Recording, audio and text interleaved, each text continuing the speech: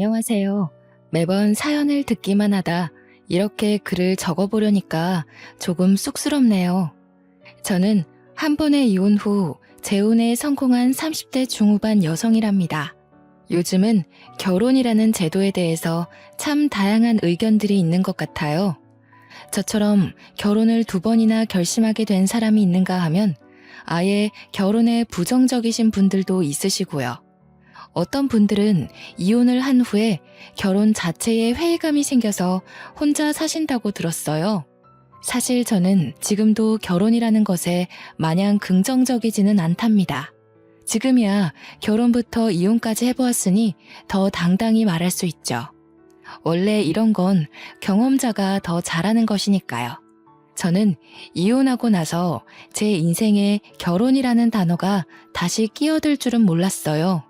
그런데 사람 일이라는 게 늘 제 마음대로 되지 않더니 이제는 제 마음조차 제 마음대로 되지 않더라고요. 결국 지금의 남편을 만나 생각이 또 한 번 바뀌었네요. 현재는 어찌저찌 또 한 번의 결혼식을 마치고 신혼생활을 하는 중이랍니다. 워낙 자상한 사람이고 저의 모든 걸 이해해주는 사람이라서 이 사람과 함께 할 미래가 정말 궁금하고 기대가 돼요. 시부모님도 너무나 따뜻하신 분이라서요. 오늘은 제가 이 사람과 어떻게 만났는지, 제가 어떻게 살아왔는지, 저의 인생 이야기를 정말 속 시원히 털어내보려고 해요. 궁금하시지 않나요? 재밌게 들어주시면 감사하겠습니다. 아까 제가 결혼이라는 것에 마냥 긍정적이지 않다고 했는데요. 솔직히 말하자면 그건 여러 일을 겪으며 많이 유해진 생각이고요. 이유야 많겠지만 저는 특히나 결혼에 부정적인 생각을 가지고 살던 여성이었어요. 왜인지 몰라도 결혼에 부정적이라고 의견을 밝히면 다들 이유를 추측하시더라고요. 조금 뻔한 대답이 될 수 있기는 한데 가장 큰 이유는 제가 이혼 가정에서 자랐기 때문이에요. 여기는 저에 대해서 아무도 모르시니까 정말 까놓고 이야기하자면 이혼 가정이라고는 말하지만 저에게 가정이랄 게 없었어요. 이게 무슨 말이냐 하면 이혼하시기 전부터도 부모님은 저에게 별다른 관심이 없었다고 봐야겠네요. 학교에서 나눠주는 가정통신문도 제가 직접 서명하고는 했으니 어느 정도였는지 대충 눈치채시겠죠. 그러니 부모님이 이혼하시고 나서는 얼마나 더 심했겠나요. 서로의 안중에 저의 존재는 없었고 자연스레 저는 혼자 자랐다는 말이에요. 동물에 비유하자면 저는 유기동물이었던 거죠. 부모님의 이혼 얘기가 처음 나왔을 때는 제가 중학교 2학년이었을 때인데요. 그 어린 나이에 얼마나 놀랐으면 아직도 기억이 생생하게 나네요. 평소라면 바쁘다고 코빼기도 보이지 않던 부모님이 웬일로 집에 있었어요. 제가 학교를 마치고 집에 오자 심하게 싸우고 있더군요. 이럴 거면 이혼해. 처음부터 당신과 결혼을 하는 게 아니었어. 이럴 거면 앞으로도 이런 식으로 굴 거면 그냥 깔끔하게 이혼하자고. 그래, 당신 말 한번 잘했다. 아주 말 잘했어. 당신이 이혼하자고 하면 내가 무서워할 것 같아? 나야 좋아. 좋다고. 어디 한번 갈 때까지 가봐. 바닥에는 유리잔을 던져서 깨트렸는지 유리 조각들이 부서져 있더라고요. 저는 제 방에 들어가 손으로 귀를 막으며 웅크린 자세로 한참을 그러고 있었습니다. 친구들을 보면 불평불만으로 툴툴대더라도 사이는 좋던데 왜 우리 가족은 이리 무관심하고 만날 때마다 싸우는 걸까? 쿵쿵 불안하게 뛰어대던 심장 소리에도 그 생각은 끊기지 않더군요. 중학교 2학년이라고 하면 대부분 생각하는 게 하나 있잖아요. 중2병이라는 단어까지 있듯이요. 대표적 사춘기 아니겠어요? 부모님의 관심과 사랑을 한창 바라고 있었던 터라 지속된 무관심과 싸움, 심지어 이혼 얘기에 저는 거하게 방황하기 시작했어요. 난 뭘 해야 하지? 어떻게 해야 부모님이 웃어줄까? 내가 뭘 한다 해도 알아주기나 할까? 다들 나한테 관심 없을 것 같은데. 진짜 이혼하면 나는 누구랑 살지? 이런 생각이 머릿속에 가득 차고 말았죠. 관심을 구걸하고 알아서 체념하고 불안한 미래를 점치고 여러 마음이 소용돌이치듯 절 태풍의 눈으로 몰아가더라고요. 결국 전 가출을 결심하게 되었습니다. 그때가 겨울 방학이었어요. 등하교할 필요가 없으니 가출이 수월한 듯 하면서도 어딘가 정기적으로 머물 곳이 없으니 앞이 막막했네요. 엄마 트렁크 가져와서 필요한 옷 몇 개 넣고 아빠 지갑에서는 돈을 꺼내 훔치고 그렇게 계획 없이 나와놓고서 갈 데가 따로 어디 있겠나요? 그저 친구 집에 하루 이틀 머물다 눈치 보여서 나왔죠. 버스 정류장에 한참을 앉아있다 해가 질 때쯤 찜질방으로 들어갔어요. 잘 기억은 안 나는데 아마 그때 청소년 보호법으로 시끄러웠을 거예요. 찜질방에 들어가긴 들어갔는데 밤에 쫓겨날까봐 밤새 남자 화장실에 몰래 숨어 있었거든요. 왜 남자 화장실이었냐면 찜질방 주인분이 아주머니셨어요. 아주머니는 여자 화장실을 주로 관리하시고 남자 화장실은 잘 안 들어가시는 듯 했어요. 남자 화장실은 아저씨가 아침에 주로 청소하는 것 같았고요. 낮에는 자고 밤에는 남자 화장실에 숨어있던 생활을 사흘간 반복하다 보니까 돈도 떨어지고 밤낮도 자연스럽게 바뀌더라고요.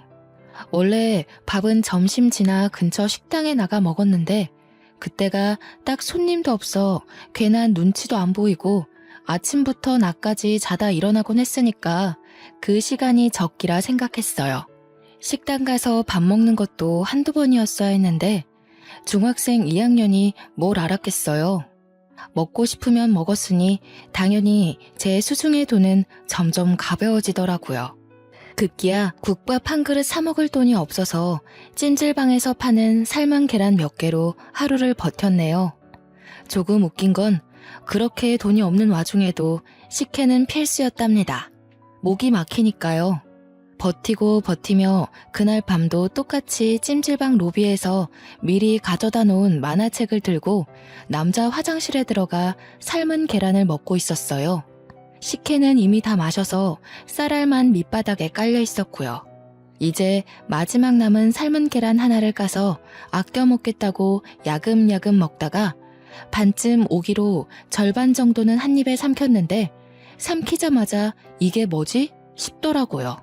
잘못 삼킨 건지 숨이 턱하고 막히니 얼마나 무서웠는지 본능적으로 뭔가 잘못됨을 느꼈습니다. 숨이 막히는 도중에도 누군가의 도움이 절실하다는 걸 깨달았어요. 급하게 화장실 문까지 걸어가서 문을 두드리며 살려달라고 도움의 신호를 보내려 했어요. 문을 두드리면 누구라도 오지 않을까 싶어서요.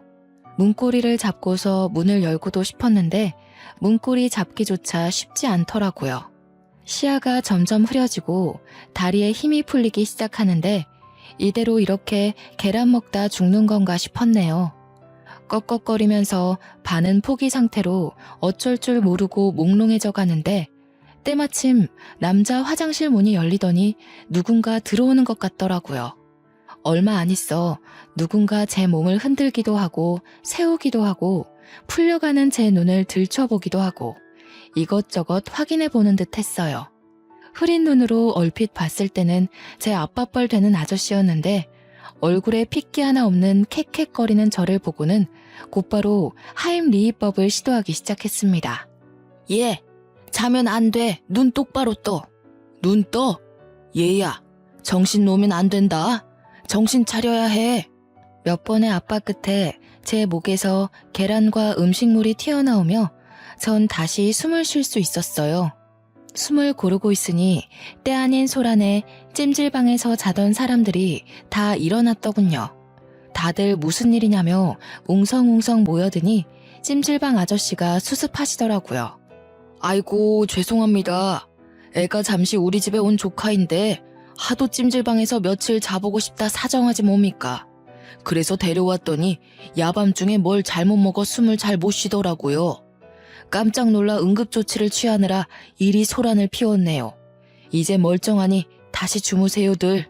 찜질방 아저씨의 말씀을 들으니 온몸에 찬물이라도 끼얹어진 것처럼 생사를 오가던 현장에서 현실로 끌어내려지는 듯 했습니다. 잠시 뒤로 빠져서 다른 곳에 숨어 있으려던 저는 당연하게도 찜질방 아저씨에게 붙잡혀 찜질방 아주머니에게로 향했어요. 아주머니는 애 얼굴이 너무나 창백하다며 호들갑 떠시더니 제 손을 몇 번 주무르시곤 따뜻한 물을 건네주시더라고요. 제가 따뜻한 물을 마시며 조금 안정된 듯 보이자 무슨 사정이냐 물어보시고 제 얘기를 듣고선 말씀하셨습니다. 사실은 학생이 여기서 머무는 거 다 알고 있었어. 갈 데도 없어 보이고 너무 어려 보여서 내쫓으면 상황이 더 안 좋아질까봐 묵과하고 있었는데 이제는 손님들까지 다 알아버려서 어쩔 수가 없네. 일단 오늘은 너무 늦었으니까 편하게 자고 내일 아침에 집으로 돌아가. 어린 여자애 혼자 있기엔 너무 위험해. 그간은 내가 지켜봐서 별일 없었다지만 오늘 일도 그렇고 여기 있어봤자 좋을 거 하나 없어. 딱 너만한 아들이 있어서 딸 같아서 그래. 나쁘게 듣지 말라며 부모에게도 못 받아본 걱정을 하시더라고요. 아주머니가 만들어주신 죽과 아저씨가 갖다준 식혜를 든든히 먹었어요. 집에선 늘 혼자 밥 차려 먹었는데 누가 차려주니 너무 행복하더군요. 그렇게 저의 일주일짜리 가출을 끝이 났어요. 집으로 돌아오니 부모님은 잠시 산책 갔다 왔냐면서 할 얘기가 있는데 마침 잘 왔다고 하시더라고요. 너도 일주일 동안 대충이라도 들어서 알고 있겠지만 부모님끼리 서로 의논을 충분히 했다며 이혼하기로 했다고 저에게 통보했습니다. 그 말을 들으니 머리가 띵하더라고요. 제가 가출한지도 모르는 것 같았어요. 그러면서 하는 말이 뭔 줄 아세요? 우리 이혼하기로 했다. 오래 안 걸릴 거야. 우리가 이혼하기로 하고서 서로 의논하다가 널 데려갈 수 없다고 판단했어. 아빠는 다른 사람이랑 새 살림 차릴 거고 그쪽에선 널 원하지 않다구나. 미안하다. 돈을 부족함 없이 보내줄게. 수민아, 미안해. 이 사람이랑은 이혼하기로 했고 엄마도 수민이 꼭 데려가고 싶었는데 엄마는 뉴질랜드로 이민 가기로 했어. 엄마도 아빠처럼 만나던 사람이 있는데 그 사람이 뉴질랜드에 살거든. 미안해. 엄마도 돈은 정말 부족함 없이 보낼게. 엄마 이해하지? 듣다 보니 쌍방으로 바람이 나서 이혼 후 서로 새 가정을 차리기로 했다더군요. 아빠는 아빠대로, 엄마는 엄마대로 새 인생을 살 계획이 번지르르 하더라고요. 벌써부터 엄마나 아빠나 새 가족이 될 사람이 있으니 어찌나 몸을 추스르시던지. 둘 중 아무도 저를 책임질 수 없다고 그러던데요. 생활비는 충분히 주겠다면서 따로 집조차 구해주지 않은 채 하숙집을 구하든 월세방을 구하든 혼자 살라고 말하더라고요. 전 이혼하더라도 저를 누군가 데리고 갈 줄 알았지 버리고 갈 줄은 꿈에도 몰랐네요. 정말 누가 알았겠어요. 일주일의 가출 후 이번엔 가족으로부터 내쳐져 혼자 살게 되었어요. 잠잘 곳부터 구해야 한다는 생각에 자연스레 찜질방은 제 머릿속에서 잊혀지더군요. 그나마 부모님에게 아주 조금의 양심은 남아있긴 했는지 생활비는 꼬박꼬박 줘서 고등학교 졸업 때까지 학업에 매진할 수 있었어요. 그마저도 여유롭게 준 것은 아니었고 제가 성인이 되자 알아서 살라며 연락조차 끊겼지만요. 이른 나이부터 홀로 서기를 해야 했던 저는 불안감에 열심히 공부했고 그래서 서울에 있는 유명 대학에 장학금 받고 입학했답니다. 성인이 되고 나서는 정말 일에 치여 살았어요. 생활비에 기숙사비에 돈을 많이 벌어야 했거든요. 아르바이트에 과외에 대학 생활을 병행하면서도 그 와중에 성적 유지도 해야 했고요. 그렇게 시간이 없어서 정신없이 바빠서 그랬던 것일까요? 저는 아르바이트 하는 곳에서 한 남자를 만나는 지금 생각하면 정말 미련한 짓을 하게 됩니다. 그 남자는 프랜차이즈 카페 점장이었고 저와는 10살 차이였어요.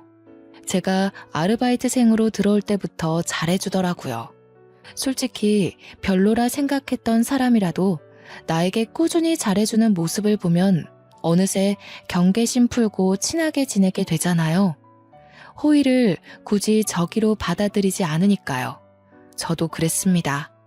그 남자뿐 아니라 같이 아르바이트 하던 동료들과 적당히 친해졌을 때였어요. 아르바이트생 전체 회식을 한다고 하더라고요. 저는 피곤하기도 하고 집에서 조금이라도 쉬고 싶어서 안 가려고 했는데 말하다 보니 회식에 참석하는 걸로 분위기가 형성되더군요.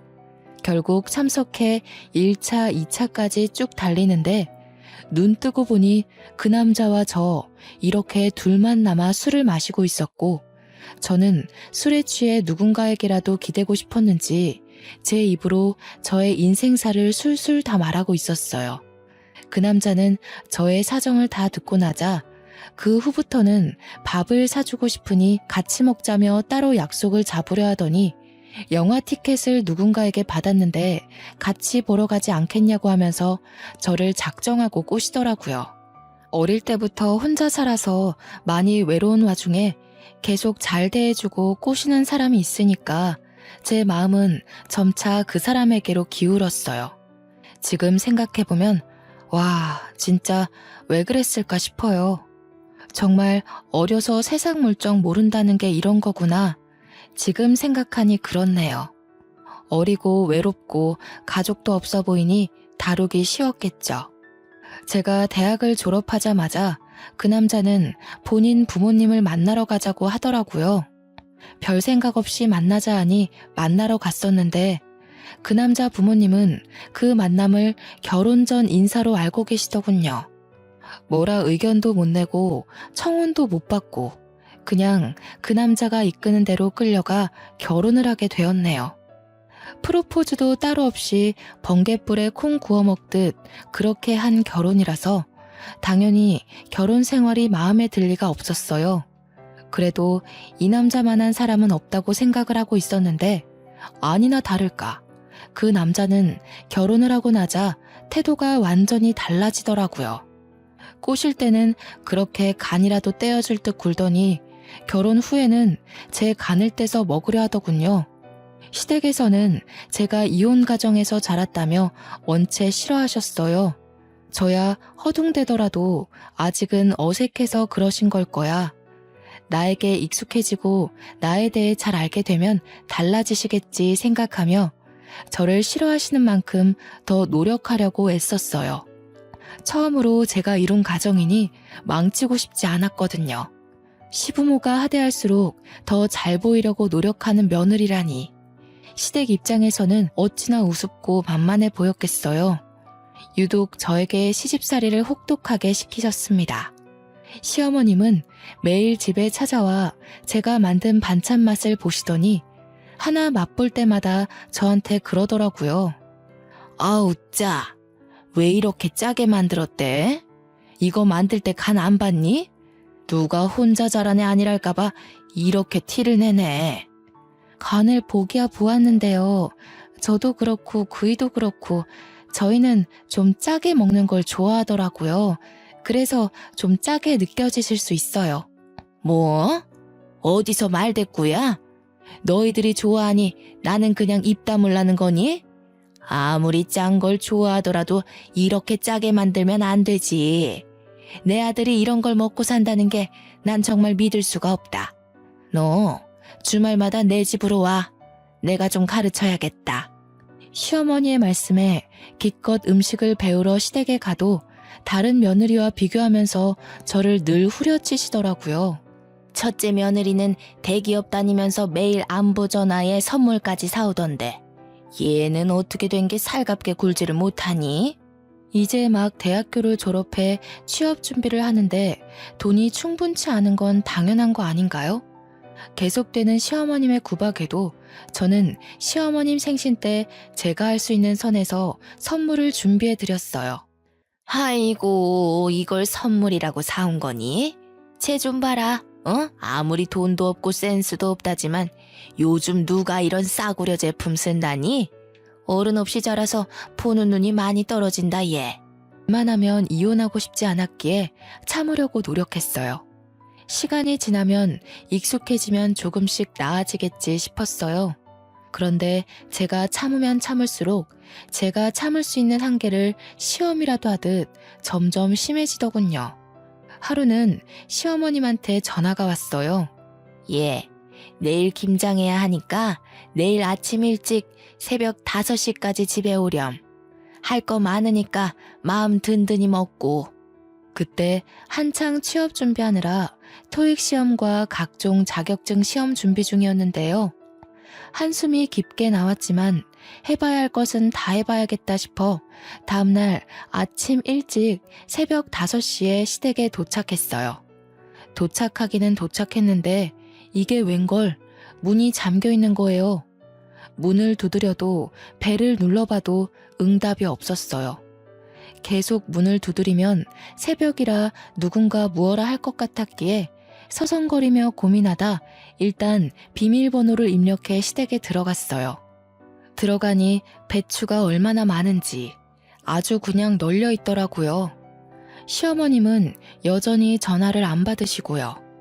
시어머님은 잠시 나간 거라 치더라도 이렇게 배추가 많은데 다른 사람 아무도 없이 저 혼자 있는 게 너무 이상하다 싶었어요. 그래서 그냥 소파에 앉아 1시간을 꼬박 기다렸습니다.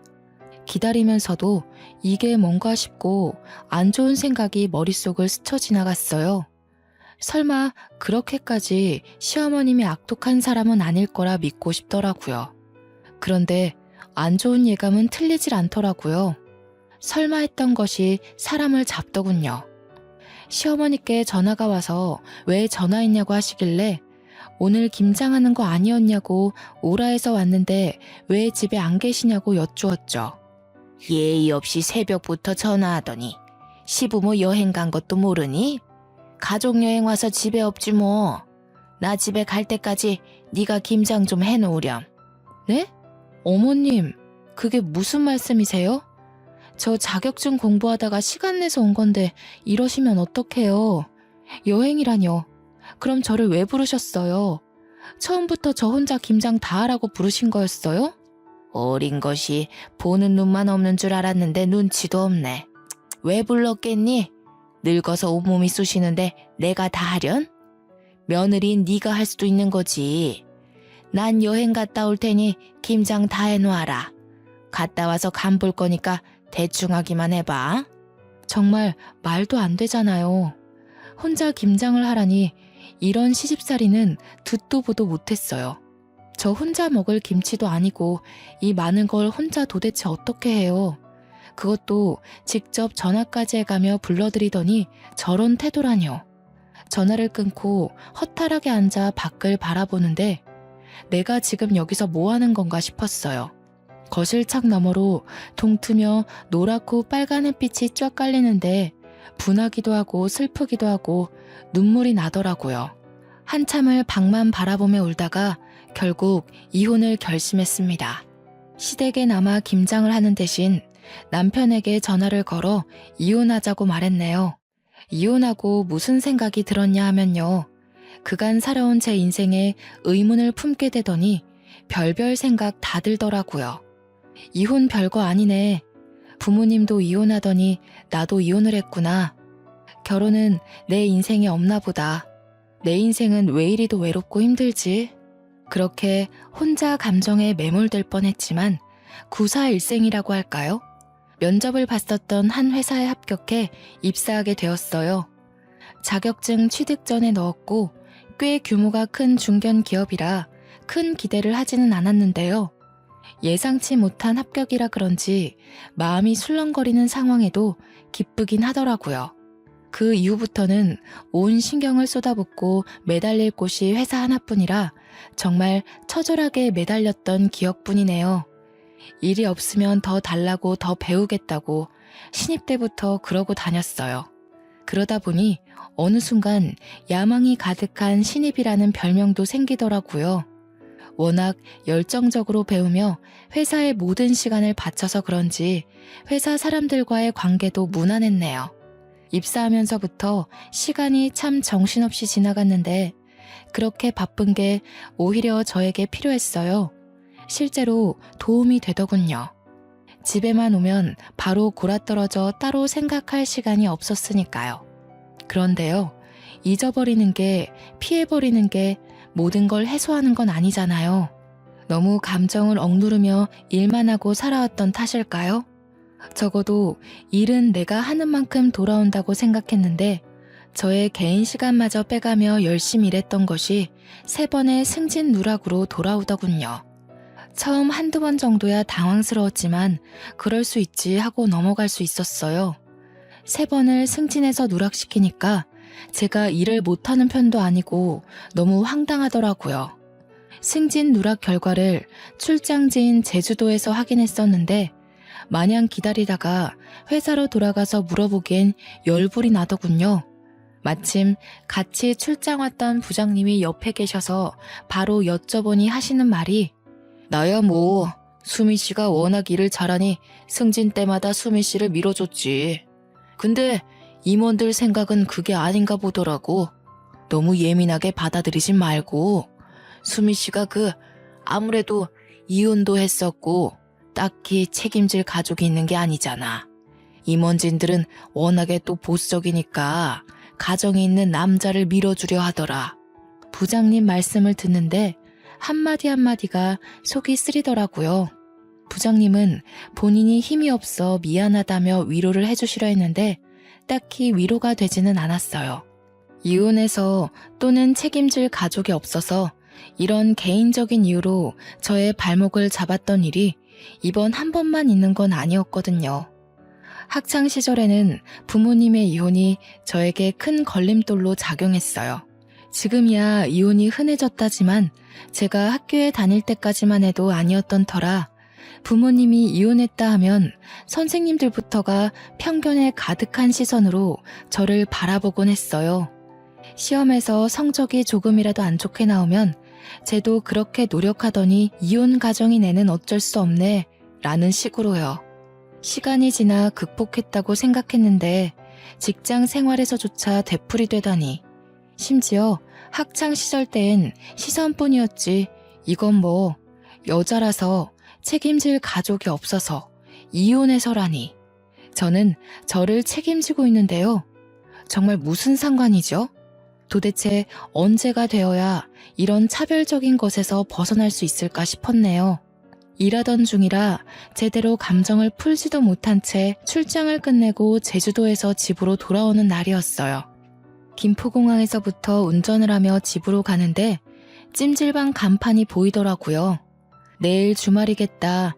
저기서 몸을 좀 녹일까 하다가 찜질방이라고 하니 문득 옛 생각이 나더군요. 충동적으로 차를 돌려 오랜만에 고향을 한 바퀴 둘러보기로 했어요. 늦은 밤 김포공항에서 출발해 고향에 도착하고 보니 새벽이더라고요.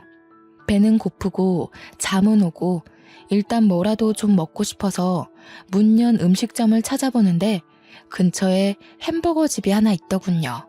일단 배가 너무 고프니 햄버거를 포장해 간단하게 먹고서는 보이는 아무 데라도 들어가 잠이나 자야겠다 생각하고 갓길에 차를 잠시 세워두고 갔다 왔죠.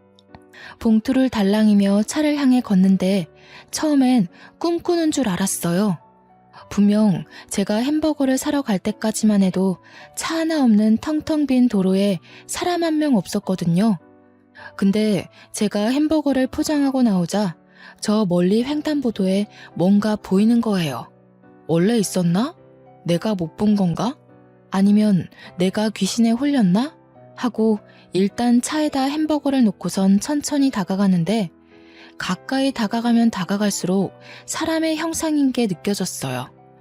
아저씨에서 할아버지 그 애매한 나이대의 아저씨였는데 깜깜한 새벽에 모르는 사람이 제 앞에서 피를 흘리며 쓰러져 있는 걸 보니까 잠도 확 깨고 정신이 아찔하더군요. 직감적으로 이건 뺑소니다 싶어 덜덜 떨리는 손으로 112에 신고했습니다. 얼마 안 있어 구급차와 경찰차가 오더라고요. 제가 살아온 인생을 되돌아보며 우울한 감정에 빠져 있으려고 했는데 이 새벽에 도대체 이게 무슨 일인지. 세상은 저에게 우울해할 시간을 주지 않으려고 했나 봅니다. 저는 신고자로서 최대한 협조하기 위해 같이 병원에 갔습니다. 응급실에 도착하니 상황은 긴박하게 흘러가더라고요. 아저씨는 바로 수술이 필요한 상황인 듯 주변이 분주했고, 아저씨의 소지품을 통해 신분을 조회하고 가족에게 연락하느라 바쁜 듯 보였어요. 머뭇대며 근처를 맴도니 저보다 어려 보이는 경찰관이 말을 걸어주더라고요. 신고자분 맞으시죠? 사건 조사에 협조 부탁드립니다. 뺑소니 사건으로 신고하셨는데 직접 목격한 것인지요? 아니요. 제가 햄버거를 사러 잠시 갓길에 차를 세웠는데요. 포장하고 오니 저 멀리 횡단보도에 사람이 쓰러져 있더라고요. 가까이 다가가니 뭔가 뺑소니 사고 같길래 바로 신고했어요. 네, 알겠습니다. 혹시 자차에 블랙박스가 설치되어 있으신가요? 블랙박스 영상 확인 한번 해보아도 되겠습니까? 경찰관에게 괜찮다, 최대한 협조하겠다 말하려던 순간 아저씨의 가족으로 추정되는 아주머니와 한 남자가 응급실로 급하게 뛰어들어오더군요. 어찌나 급하게 오던지 응급실 안 모든 사람의 시선이 그쪽으로 몰릴 정도였어요. 아저씨의 아내로 추정되는 아주머니는 온 얼굴이 눈물로 젖어 있었습니다. 아주머니는 병원 접수대에 무어라 말을 하시더니 아저씨가 수술실로 들어갔다는 걸 아셨는지 어쩔 줄 몰라 하며 아들로 추정되는 남자의 손만 붙잡고 계셨어요. 남자는 그런 아주머니의 손을 꼭 붙잡고 경찰관을 향해 다가오시더라고요. 경찰관은 그 남자의 얼굴을 보자마자 눈을 동그랗게 뜨더니 남자를 향해 거수 경례 후 아는 척을 하더군요. 딱 보니까 그 남자도 같은 경찰인 것 같더라고요. 남자는 수고한다며 경찰관의 어깨를 툭 치고는 경찰관에게 상황 설명을 자세히 들었고 곧 옆에 있던 제게 고개를 숙여 정중하게 인사했습니다. 신고자분 맞으시죠? 정말 감사합니다. 덕분에 제 아버지가 늦지 않게 수술대에 올라갈 수 있었습니다. 신고해 주시고 조사에 최대한 협조해 주셔서 정말 마음 깊이 감사드립니다. 그러고선 능숙하게 제 블랙박스 영상을 잠시 확인하겠다며 양해를 구하고는 블랙박스를 돌려보기 시작하더라고요. 아주머니는 그런 남자 옆에서 머물며 저의 손을 꽉 잡으며 저에게 연신 고맙다는 인사를 하셨어요. 솔직히 제가 한 것에 비해서 감사 인사를 과하게 받는 느낌이라 민망하기도 하고 뿌듯하기도 하고 복잡 미묘했네요. 다행히 저의 블랙박스에 뺑소니 사고가 노골적으로 찍혀 있더라고요. 조금이라도 멀거나 가까웠다면 못 찍었을 각도로 정말 미세하게 오른쪽 위 구석에 사고 영상이 찍혀 있었네요. 제가 직접 목격한 것도 아니라서 혹여나 블랙박스에도 사고 영상이 안 담겨 있으면 어떡하나 내심 걱정을 했었는데요. 그런 제 걱정을 날려버리기라도 하는 것처럼 결정적 정보마저 보이더라고요. 정말 잠시 갓길에 차를 세워둔 거라 헤드라이트를 켜뒀었는데요. 그 불빛에 뺑소니 사고를 내고 도망가려던 차가 제 차 쪽으로 다가와서 제 블랙박스 각도를 확인하는 듯한 움직임이 있었어요. 처음엔 빛이 번져서 번호판이 안 보이는 듯 하다가 뺑소니차가 제 차에서 멀어지며 번호판이 확실하게 보이더군요. 그로부터 대략 한 달 뒤, 그 남자로부터 전화가 왔어요. 늦게 연락드려 죄송합니다. 덕분에 제 아버지 수술이 무사히 끝나서 오늘 퇴원하셨답니다. 뺑소니범도 덕분에 수월하게 잡았고요. 감사 인사를 드리면서 밥 한 끼 대접하고 싶은데 이번 주 토요일 괜찮으신가요? 정말 다행이네요. 퇴원 축하드려요. 이번 주 토요일에 따로 약속이 없어서 시간이야 괜찮은데요. 제가 그쪽에 살고 있지 않아서요. 마음만 감사히 받을게요. 제 아버지 생명의 은인이신데 밥 한 끼 대접할 수 있게 해주세요. 거리가 멀어 그러는 거라면 지금 사시는 곳 근처 식당에 예약하겠습니다. 제대로 감사 인사를 할 기회를 주셨으면 합니다. 제 아버지도 꼭 직접 뵙고 싶다고 하셔서요. 간곡히 부탁하시니 마냥 거절하기가 죄송스럽더라고요. 그렇다고 저는 서울에 사는데 이제야 막 퇴원한 환자를 모시고 서울까지 그 먼 거리를 올라오라고 하기에도 못하고요.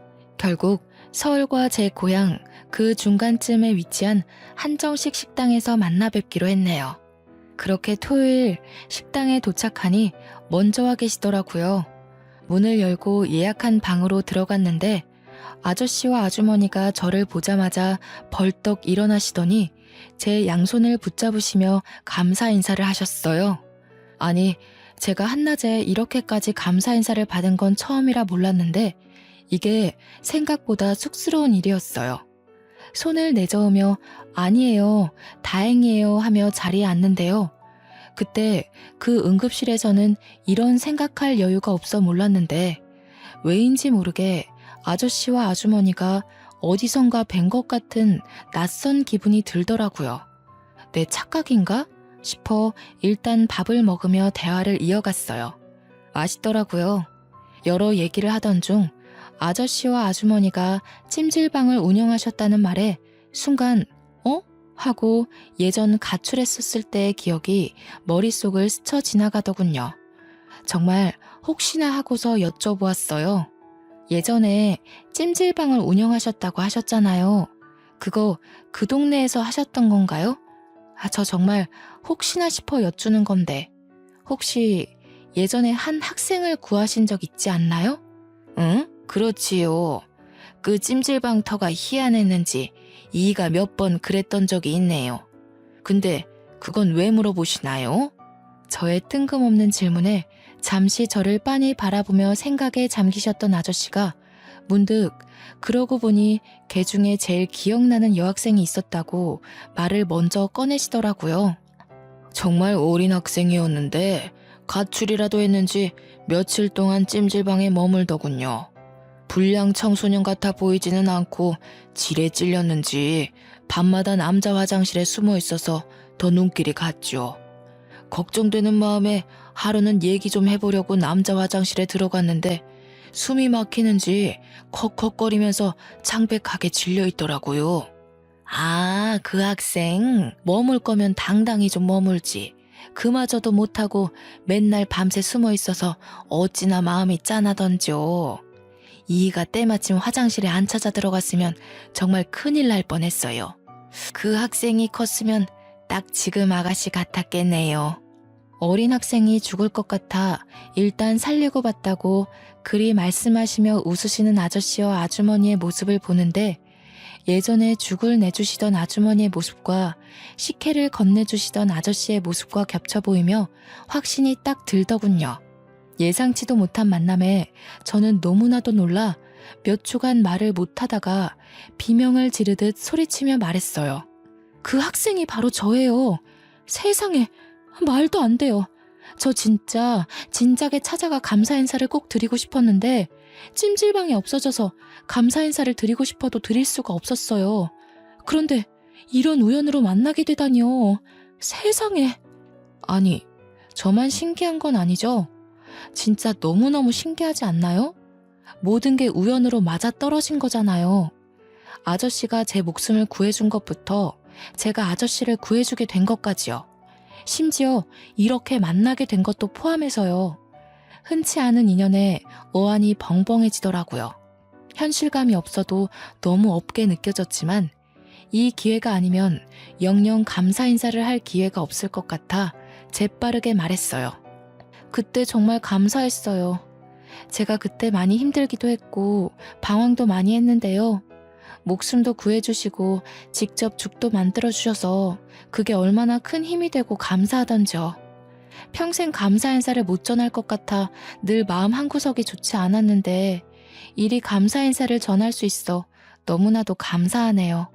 아주머니와 아저씨는 잠시간 어리둥절해하다가 거짓말하는 거 아니고 진짜냐며 이게 무슨 인연이냐며 놀라워하시더라고요. 조용히 밥을 먹으며 듣기만 하던 남자도 감탄하시더니 한마디 하셨어요. 아니, 이런 인연이 있을 수 있다는 게 신기하네요. 이 정도 인연이면 세상에 이런 일이라도 출연해봐야 하는 거 아닙니까? 그날은 정말 서로 감사 인사만 100번 말하고 헤어졌던 것 같아요. 저는 그날 이후로 그간의 미련을 이제라도 푸는 심정으로 아주머니와 아저씨께 자주 연락드리고 찾아뵈었어요. 그 남자 역시도 오다 가다 자주 마주쳤죠. 제일 무서운 인연은 스며드는 인연이라고들 하잖아요. 저는 정말 그 남자에 대해서 아무 생각이 없었는데요. 자주 찾아뵙다 보니 자주 마주치게 되고 또 그러다 보니 가끔 생각이 나고 궁금하고 그렇게 감정이 진화하더라고요. 명절에 누구네 집을 방문해 본 적이 정말 까마득한데 아주머니와 아저씨가 혼자 지내는 저의 사정을 먼저 알아봐 주시고 설날에 집으로 오라고 초대해 주셨어요. 부모와 연 끊고서 살고 있던 저라 명절에 대한 추억이나 경험이 많이 없어서 괜스레 설레더라고요. 빈손으로 가기에는 민망할 듯 싶어 고향 근처 농협에서 한우를 사려고 했어요. 무슨 부위를 사들고 가야 하나 이리저리 둘러보며 고민하는데 누군가 말을 거는 거예요. 오늘도 집에 놀러 오시는 거예요? 명절 선물 사시려는 거면 고기보다는 해산물이 좋을 거예요. 부모님이 해산물 좋아하시거든요. 깜짝이야. 뭐예요? 왜 여기에 있어요? 아무튼 감사해요. 안 그래도 무얼 더 좋아하실지 고민이 됐었거든요. 그쪽은 뭘 더 좋아해요? 이왕 명절 선물 사는 김에 같이 사줄게요. 저야 뭐 다 잘 먹습니다. 마음만으로도 감사하네요. 자, 해산물 코너로 갑시다. 아무래도 전복이 좋을 거예요. 그 남자가 몸이 좋다는 건 이미 알고 있었거든요. 제 바로 앞에서 뒤돌아서 걷는데 그 사실이 갑자기 확 다가오더라고요. 심지어 해산물 코너에 가서 전복을 구경하는데 일하시는 직원분이 저와 그 남자를 엮으며 신혼이냐고 물어보는 거 아니겠어요? 그 남자가 딱히 아니라고는 말 안 하고 그저 웃으며 전복 뭐가 좋아요? 묻는데 기분이 굉장히 묘했어요. 아, 맞다. 이 사람도 남자기는 남자였지? 싶기도 하면서요. 직원분의 추천대로 전복 선물 세트를 사서 제가 들으려는데 그 남자가 저를 한번 쓱 보더니 선물 세트를 가져가서 들더라고요. 제가 또 그런 배려에 약한 거 어떻게 알고. 그때 그 남자의 행동 하나하나에 반응하는 저를 보자니 제대로 감겼구나 싶더라고요. 그렇게 마음을 깨달았어요. 설날 잘 보내고 서울 올라가면서 그 남자에게 연락하기 시작했죠. 그 남자도 알게 모르게 저한테 마음이 있었는지 연락이 끊기지 않게 이어가더군요. 제가 경찰 제복 입은 모습 한번 보고 싶다니까 그날 퇴근길에는 제복 입은 상태로 오기도 하고요. 그렇게 눈 맞아서 1년의 짧은 연애 끝에 저는 결혼까지 결심하게 되었어요. 네, 맞아요. 지금의 남편이랍니다. 근데요, 솔직히 남편에게는 첫 결혼이지만 저한테는 재혼이잖아요. 아무래도 이혼의 경험이 있으니까 재혼은 시작부터 망설여지게 되더라고요. 그런 제가 답답했는지 남편은 뭐가 걱정이냐면서 대놓고 물었고 저는 대답했죠. 당신도 알겠지만 나 이미 결혼도 해봤고 이혼까지 했잖아. 당신이랑 결혼하게 되면 아주머니도 아저씨도 내 시부모님이 되는 건데 지금처럼 편하게 못 지낼까봐 무섭고 그래. 당신은 처음인데 나만 재혼이니까 미안하기도 하고. 그런 거라면 정말 걱정하지 마. 우리 부모님 성격 몰라서 그래? 당신이 나랑 결혼한다고 해서 시부모 유세 떨고 그럴 사람들 아니라는 거 알잖아. 난 당신과 사랑하는 가정을 이루고 싶은 거야. 처음이든 재혼이든 관심 없어. 재혼에 회의적이었지만 저의 가정을 이루고 싶다는 욕심은 있었거든요. 남편은 바로 그 점을 기가 막히게 꼬집으면서 설득하더라고요. 마침내 제가 결혼하자며 고개를 끄덕인 날 남편은 쐐기를 박으려는지 바로 부모님께 결혼하기로 했다고 고하더군요. 저는 그 옆에서 긴장이 돼 손끝을 만지작거리고 있었는데 어머님이 한박 웃음을 지으시며 말씀하셨어요. 아이고, 올해도 걸렸다, 올해도 걸렸어. 얼마나 기다렸는지 아니?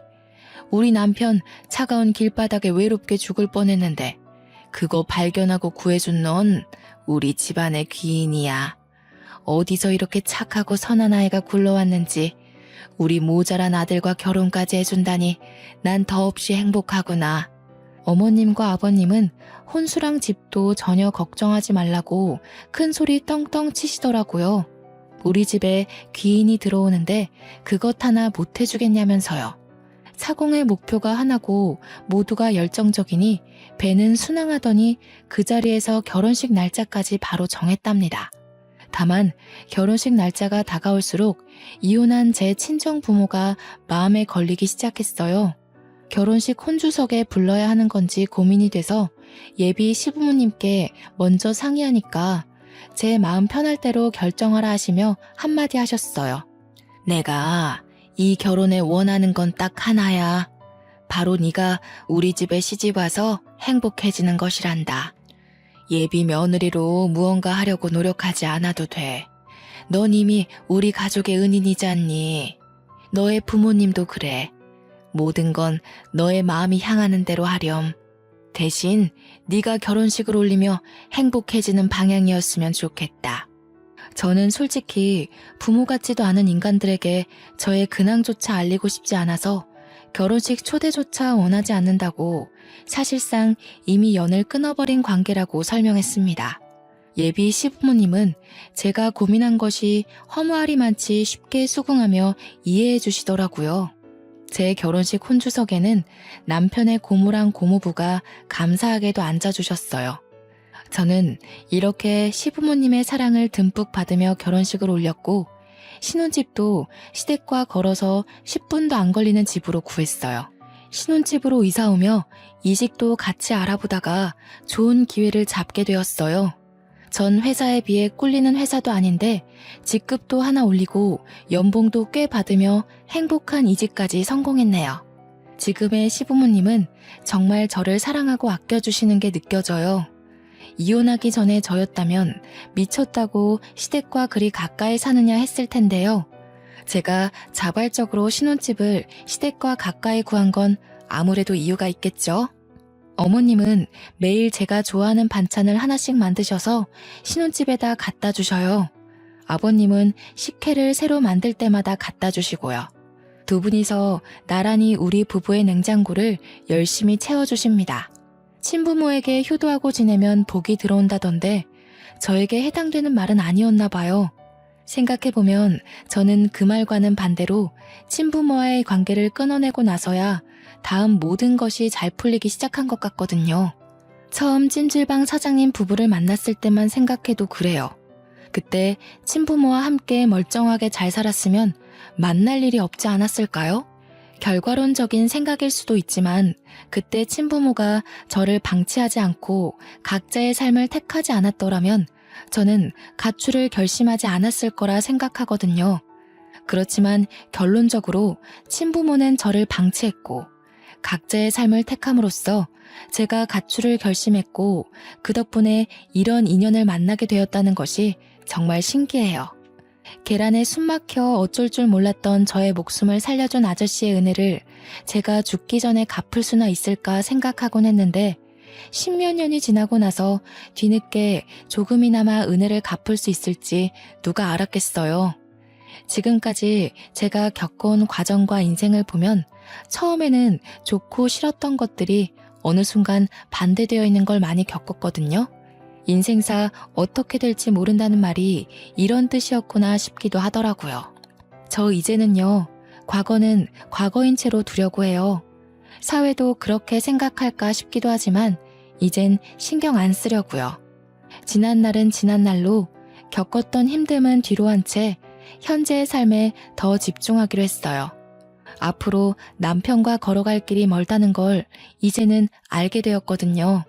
저를 사랑해주는 남편에게 감사하고 아껴주는 시부모님께도 감사하고 힘들어도 꿋꿋이 잘 살아온 저 자신에게도 고맙다는 말을 하고 싶네요. 지금까지 저의 긴 인생 이야기 들어주셔서 감사합니다. 여러분 늘 행복하세요.